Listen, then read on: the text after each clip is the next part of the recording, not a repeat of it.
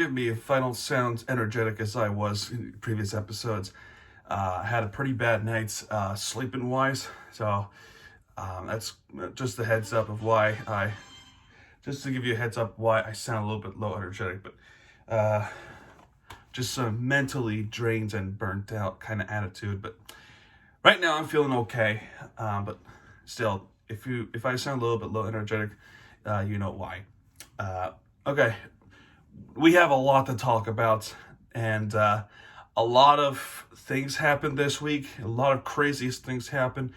However, I could confidently tell you that some of the bad outweighed the good, and it's unfortunate to say this has been a pretty mediocre week for the other sports-wise. For football, it is a Cinderella magical story, and I'm really eager to talk about that.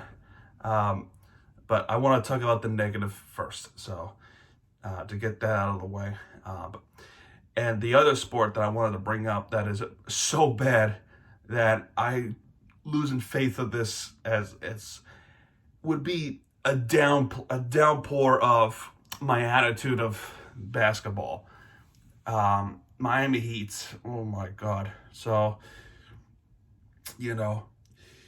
regarding the Heat, I want to start that off first because I feel like I need to get this off my chest, as well as I say this for other fans as well.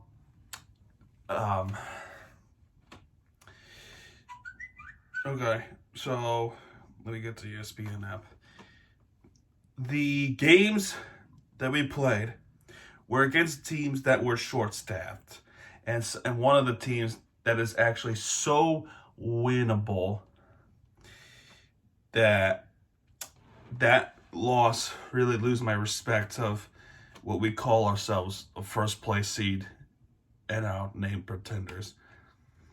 Started off on Monday. Final score was 106-113 Philadelphia in Philadelphia, Pennsylvania.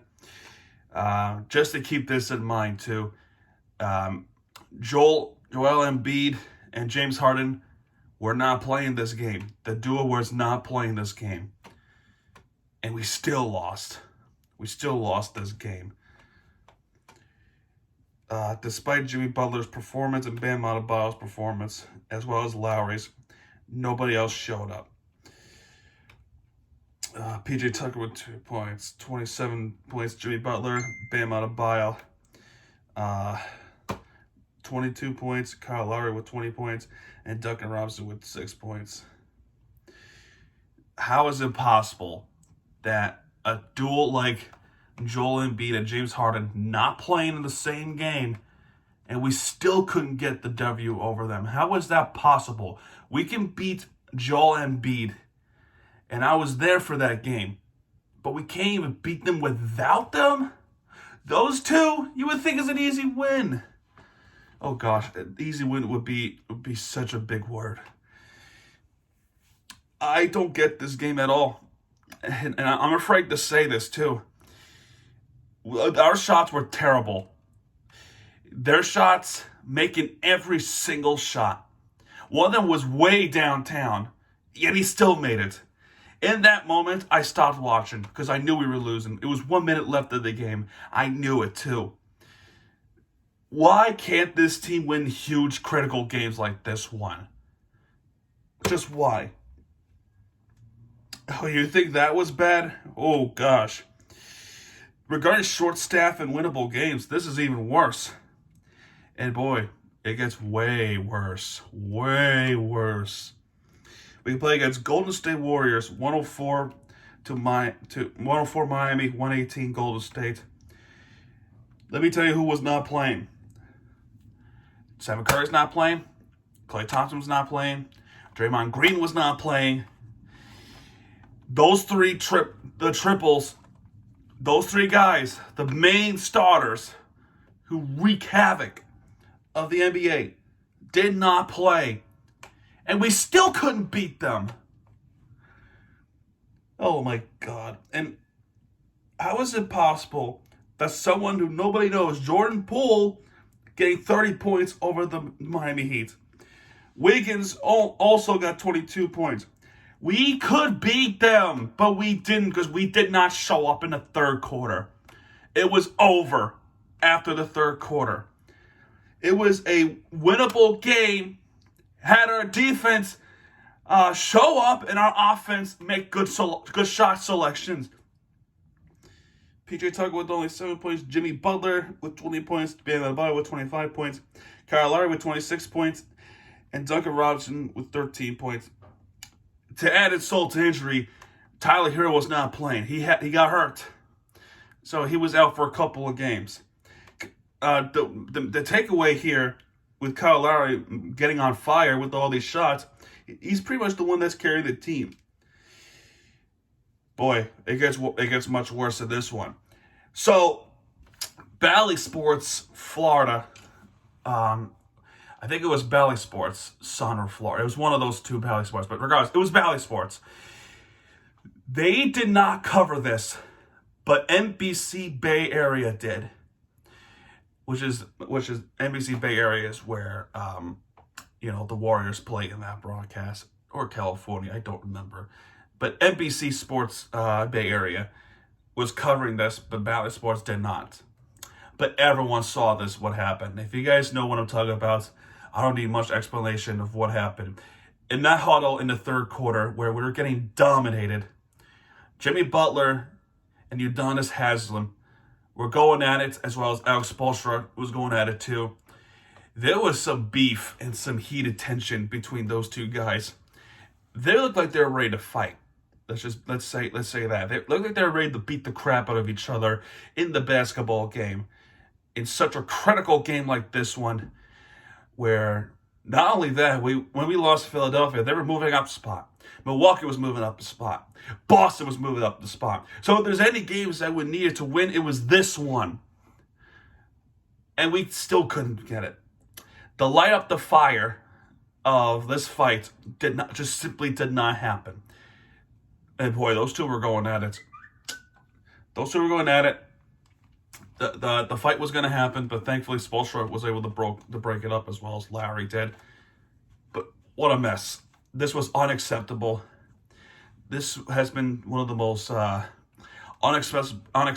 embarrassing moments I had as a Heat fan for a long time. This week has been so embarrassing. So, you think this was bad? I think this is, besides the Brooklyn game, this might be the worst of all. And it's against the Knicks. And let me tell you this right now. We should have won this game. We should have won this game. This might have been the worst Heat game I've seen all year. And I've seen some bad games. But some of the games, to be fair, were close games and heartbreaks. But this game was bullshit. How do you lose to the Knicks? We were up by 17 points heading to the fourth quarter. 17. And in the fourth quarter, we were outscored 38-15. And we lost to the Knicks. By the way, Randall wasn't playing. Like, oh my God. You notice the starting lineup for the Knicks, none of them made it to the 20s. Only one. And that was Quickly. Who's Quickly? Who is he? Jimmy Butler's 30-point game was a waste. PJ Tucker with 4 points. Butler, like I said, was 30. Bam Adebayo was 17. Kyle Lowry was 17. And Duncan Robinson with 6 points. Tyler Hero was not playing as well. Marcus Morris, give credit to him. He was playing like a veteran. So thank God for Morris for making good shots, as well as 1 3-pointer. But all of that was gulped at the smoke against the Knicks of all teams. The game where it was so easy to win, it was this one. And we still couldn't win. Cry. Go fuck yourself. What else was transpired? Yeah, the Knicks defense was not good for the most of the game, but in the fourth quarter, it shifted so quickly. I couldn't believe it. Almost 40 points in the fourth quarter. 40, almost. It was 38 points. So imagine this. Knicks in 73 in that fourth quarter, going into the fourth quarter, all the way up to 111, just like that.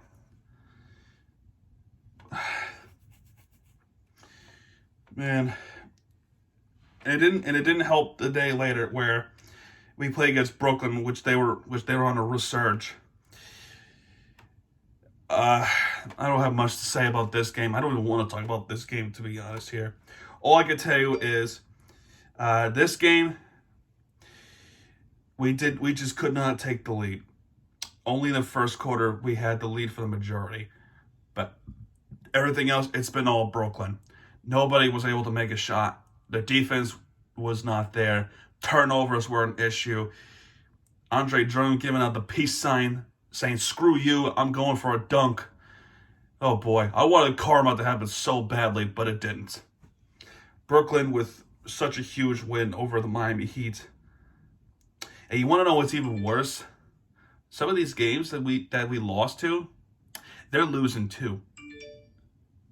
And did I ever tell you these were winnable games? They were winnable games, but we didn't win. Oh, I'm getting a headache just by talking about this Heat. This has been such a bad week. We lost 4 in a row, first time in this season. We had 3-game losing streaks, but no 4-game losing streaks. None, especially against winnable teams. Winnable. PJ Tucker with 9 points. Jimmy Butler nowhere to be found, 7 points. Bam Adebayo 14 points. Kyle Lowry with 12 points, and Robinson no points. Oh, Robinson just doesn't do anything here. 13 minutes on the court, only got 1 rebound. He did nothing. Oh, none of our teammates made it to the 20s. None. This is definitely the worst stretch as of right now. And you look for the standings. Last Saturday, we were in first place. Now, we're tied with Boston. Boston came out of nowhere. They were on such a bad stretch early in the season, and since January, they're on such a on a winning streak. They're winning games. And oh, by the way, we play Boston Wednesday night on ESPN, national television. So that game might be critical to get back to the first place spot officially.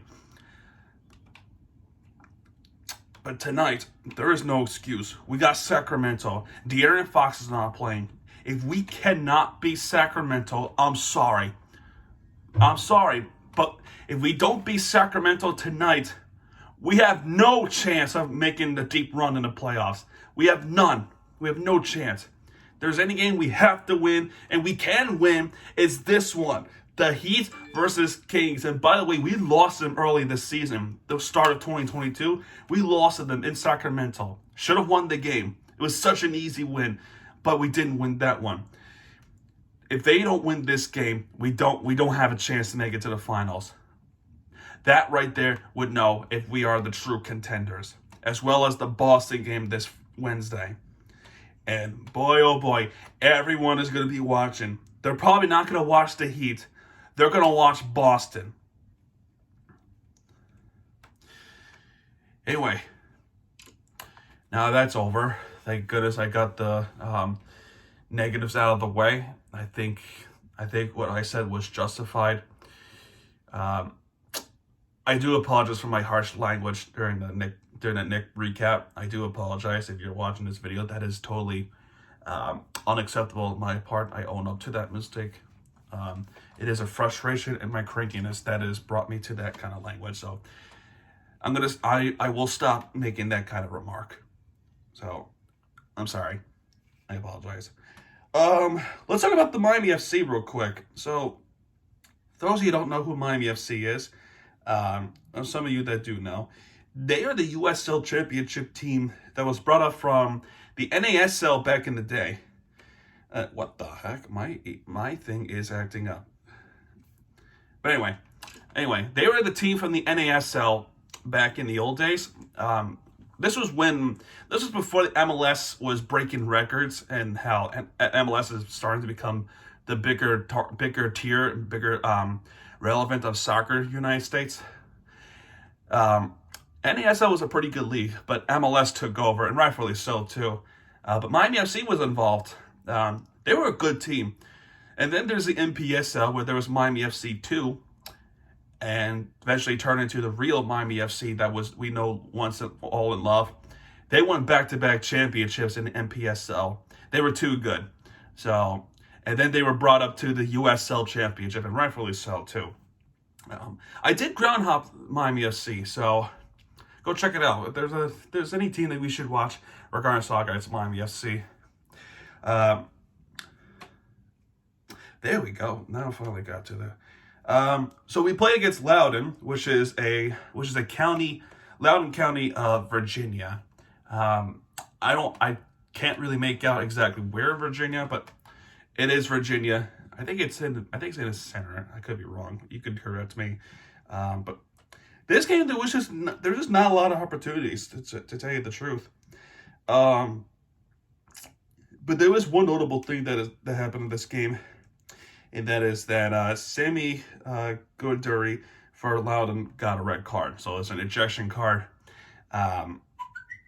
So pretty much the turning point for the Miami FC, and still couldn't capitalize.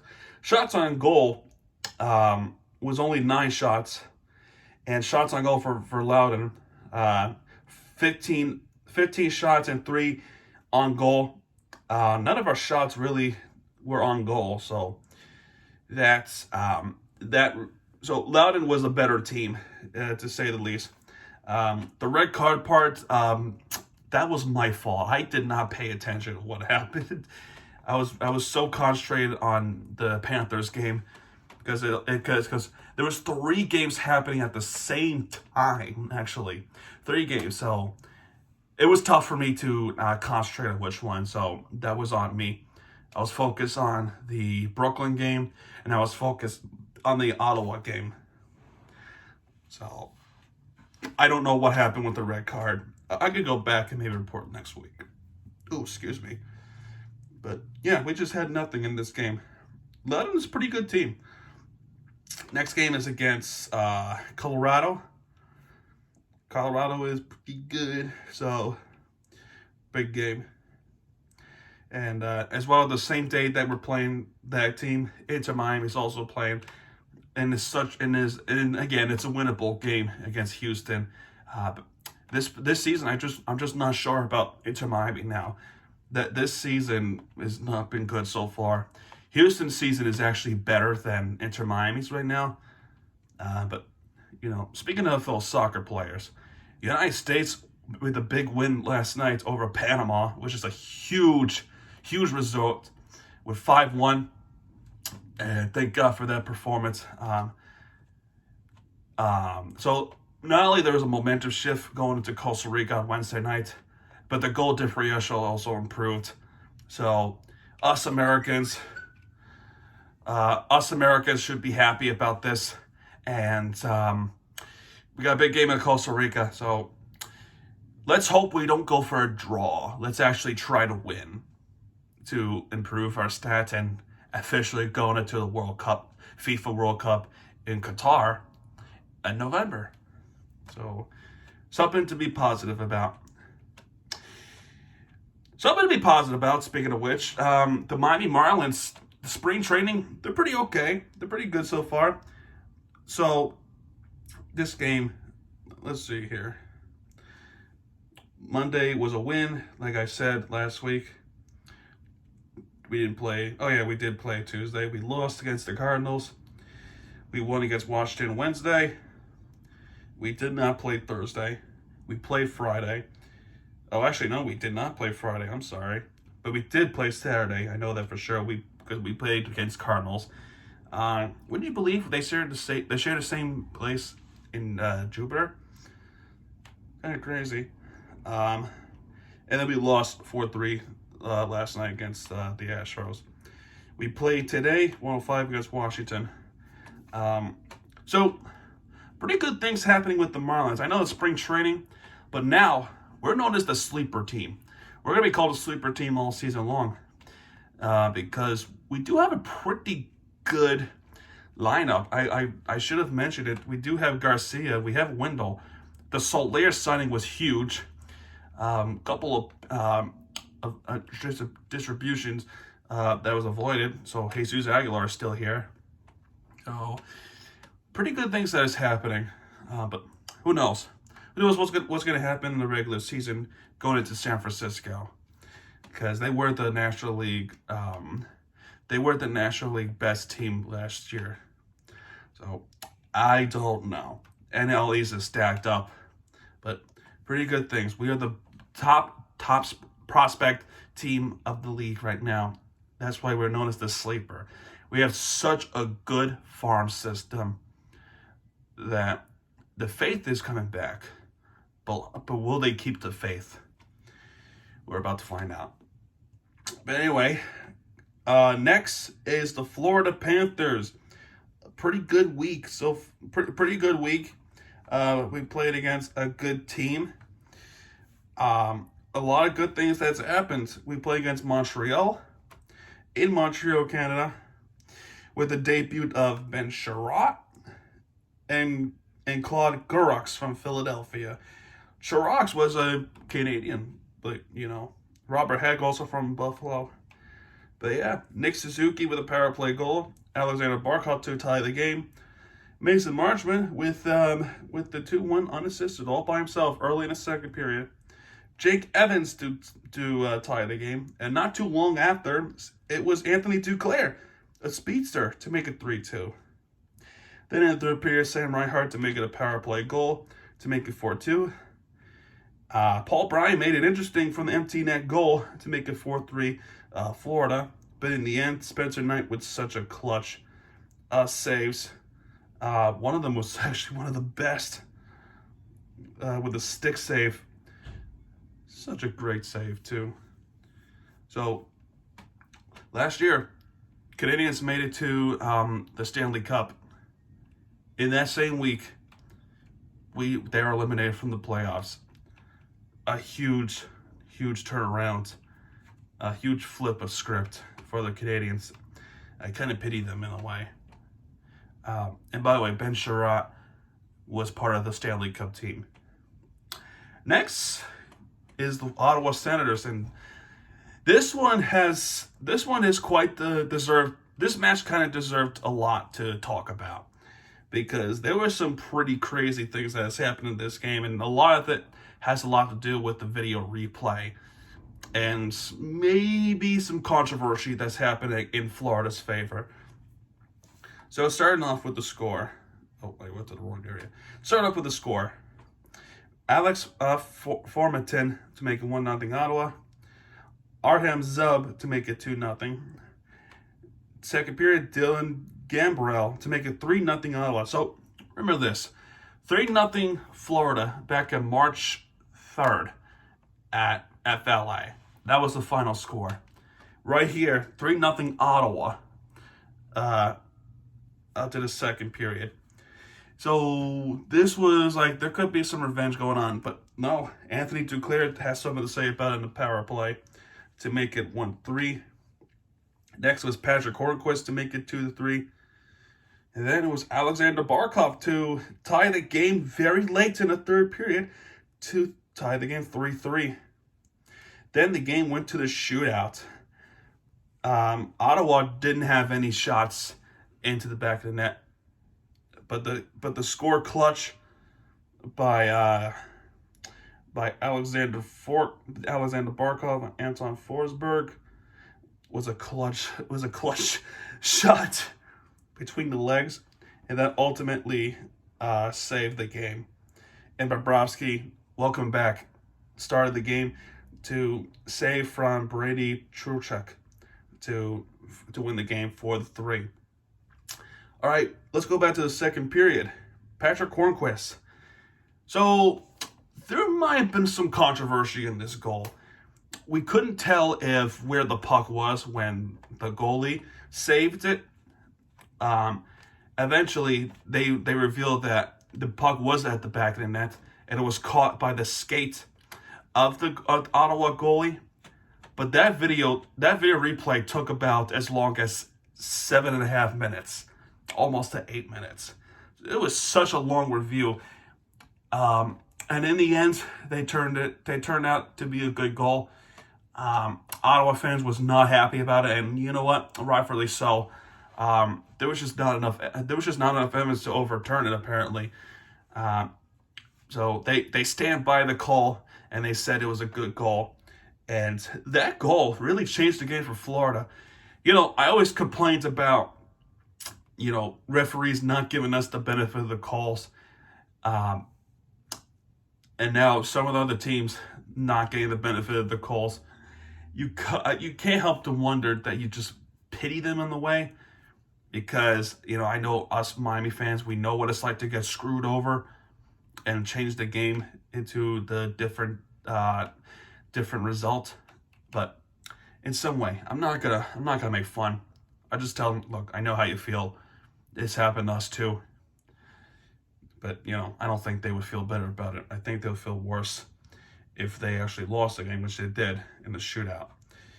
But next game against Toronto, first meeting of the season, we just didn't have anything. Morgan Riley to make it 1-0. Brandon Montour to tie the game. Ryan Lomberg to take the lead. But since then, it's been all Toronto. John Tavares to tie the game. And John Tavares again with the power play. Both of them were power play goals committed against Florida. And then Mikaev to make it 4-2. That pretty much seals the game. I knew once there's empty net, we just didn't have anything. I just yeah, that's it. We're done with this game. And then final second of the whole game, Austin Matthews to add insult to injury on the empty net goal. So Toronto game is going to be interesting. I'll tell you right now, because we have not played them at all, and in coming April, yeah, it's on now. Tampa Bay Lightning coming back up, but we still have a pretty good lead over those teams. You can't count out Boston, and you certainly cannot count out Toronto. This is a stretch for another few weeks because we want to be the best team in the East. You also got to look at Pittsburgh, New York, and as well as Carolina. Carolina is also the big talk of this.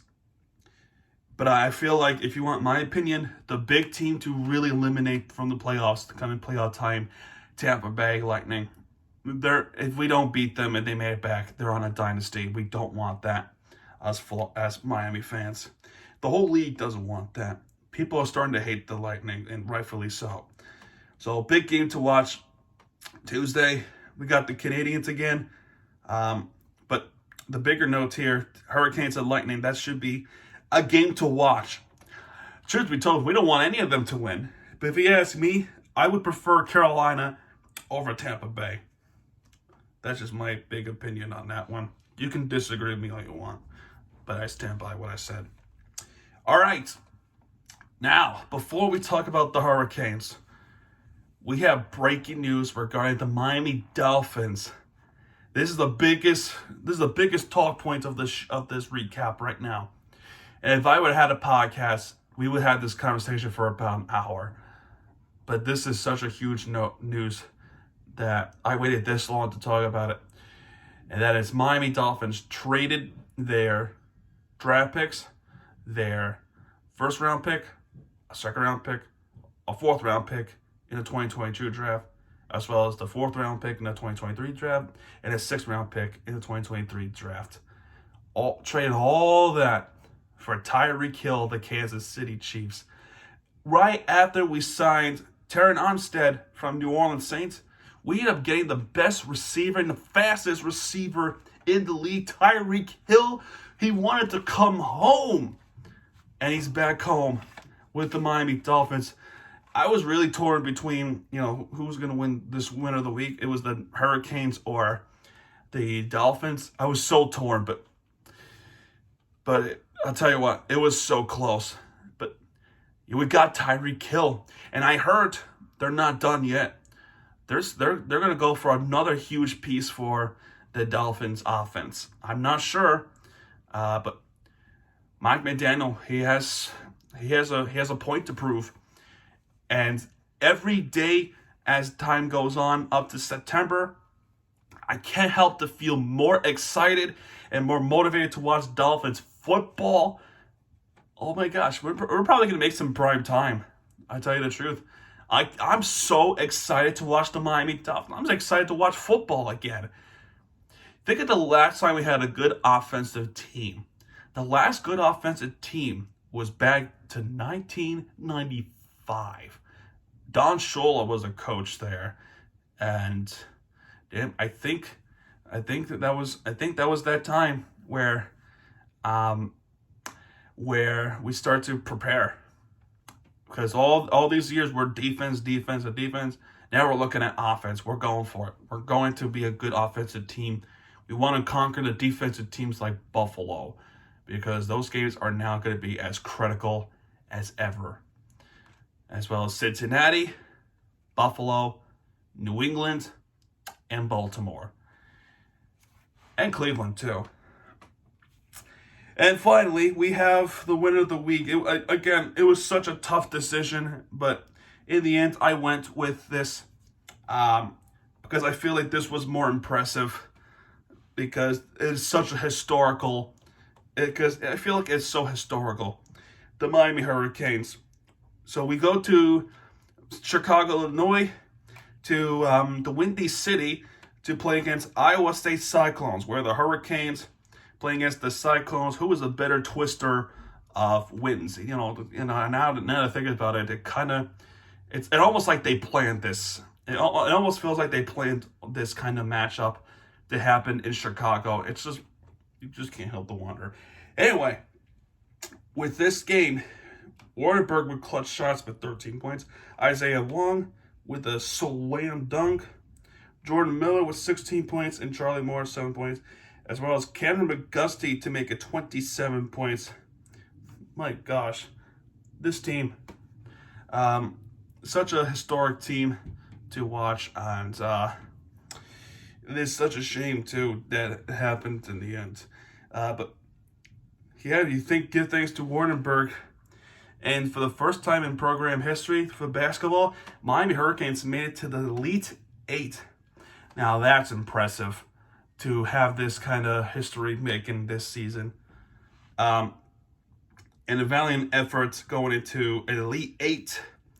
Last night, the result that we wanted, we had it for grabs, but in the end, we got demolished. We got demolished in the second half, but you just can't help to feel proud of the Miami Hurricanes team. It's such a great season to watch. The coach should be coach of the year, but they're gonna give it to the coach of Duke, who is retiring after this. Honestly, I feel like Duke's gonna win this one. It's just that storyline.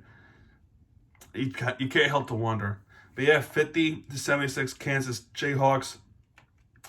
Warrenberg with 5 points. A lot of defensive things happen, but not in our way that we wanted in the second half. Isaiah Long with 15 points, Jordan Miller with 2 points, Moore with 5 points, and Cameron McGusty with 18 points. They tried their best. But Kansas, that halftime talk, it worked. It worked so hard. We were outscored 47-15 in the second half. Thus, in the end, we were eliminated in the Elite Eight. That is the farthest we've ever been in the program history. I feel happy that we had such a good team, and it was kind of surprising that we made it that far into the tournament. But such a great, and it's an inspiring team to watch for us Miami fans. St. Peter's was also pretty Cinderella-like too, but Miami Hurricanes, good season up until the end. Now let's watch baseball. So, yeah, folks, that's going to do it for this recap. I do apologize for my harsh language on the Heat. But again, it is a frustration that needed to be said. But, yeah, folks, that's going to do it for this video. If you like this video, hit that like button, subscribe for more content, because we have your back, Miami. When we do, we'll be right there with the entertainment you deserve. Let's wait for the next season to happen. The football season's on its way in a few months. One more month until MLB season. I'm excited for that. And, you know, it's clutch time for both teams, because we want to win championships, and we want it. Miami TVG signing off, folks. Good night, everybody.